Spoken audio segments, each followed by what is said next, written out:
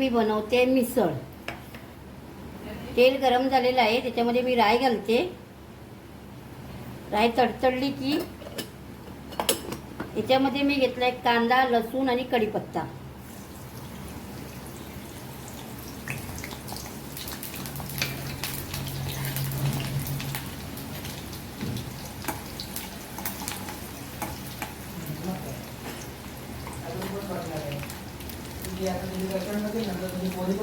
याच्यामध्ये मी काश्मीरी लाल मिरची पावडर घालते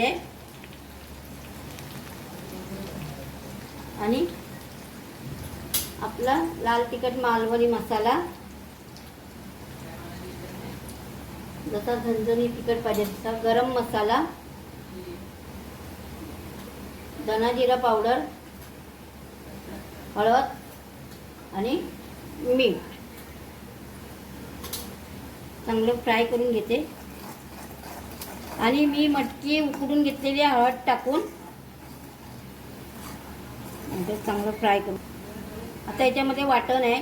या वाटपामध्ये मी कांदा, लसूण, खोबरं, आलं, हिरवी मिरची, कोथिंबीर हे सगळं घालून चांगलं भाजून घेतलं आहे। आणि गरम मसाला आपला खडा सगळा याच्यामध्ये घालून चांगलं हे करून घेतलं, वाटलं आहे। आणि हे आपण आता चांगले ग्रेव्ही तेल सुटेपर्यंत फ्राय करून घे। आपण याच्यामध्ये मटकी घालून घेतलेली आहे, ही बघा मटकी घातली आहे। आणि याच्यामध्ये गरम पाणी घालते।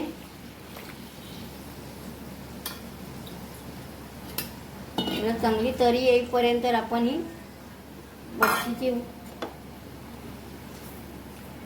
हे बघा चांगली त्याला कड येऊ दे। ही बघा आपली मटकीची उसळ रेडी झालेली आहे। आपण त्याच्यामध्ये कोथिंबीर घालून घेऊया आणि गॅस बंद करून घेऊया।